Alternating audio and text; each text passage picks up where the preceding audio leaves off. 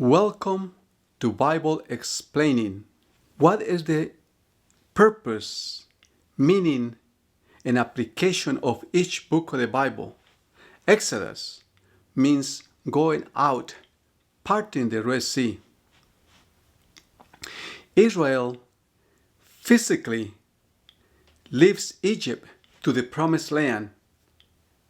It's a historical event, a symbol of our spiritual journey to the Promised Land, to the celestial kingdom, the new earth. There has never been a prophet in all Israel like Moses, who spoke face to face with God. And all the signs and wonders the Lord sent him to do in the land of Egypt against the officials and Pharaoh.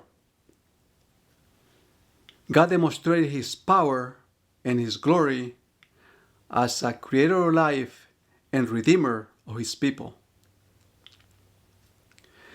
God has created us for this time in history with a specific purpose. God told Abraham, "Your descendants are going to be numerous and a blessing to all the nations of the earth because you have obeyed me." Jesus told his disciples and us, "You are the salt of the earth. You are the light of the world." God called Moses with a special revelation at the burning bush and revealed his memorial name, "I am who I am. I am the ever-present and eternal God. The God of your fathers has sent me to you." God gave Moses 3 signs.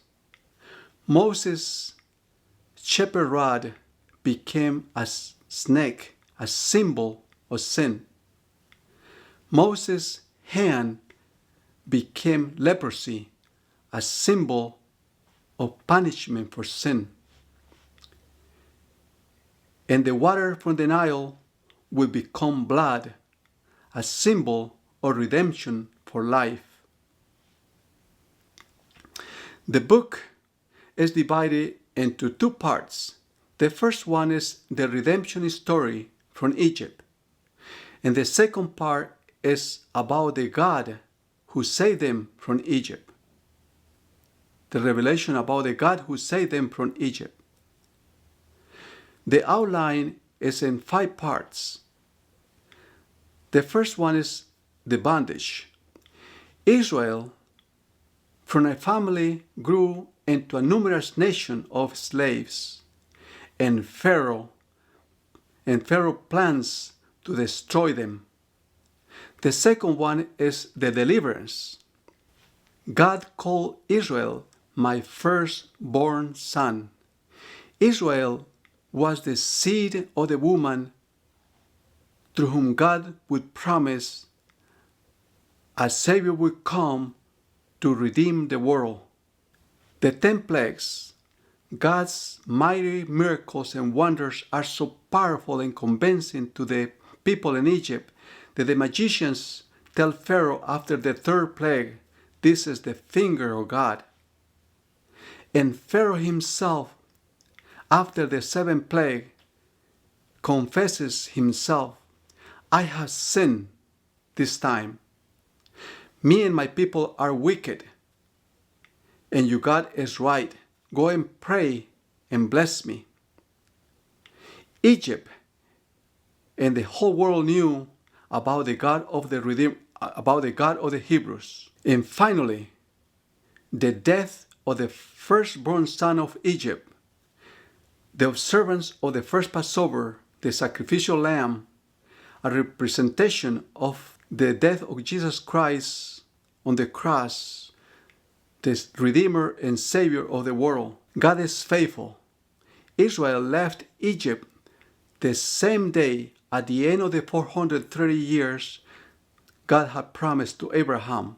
The incredible journey in the wilderness, from the miraculous crossing of the Red Sea to the arrival at the Sinai, God's angel and the pillar of cloud and the fire protecting and guiding Israel.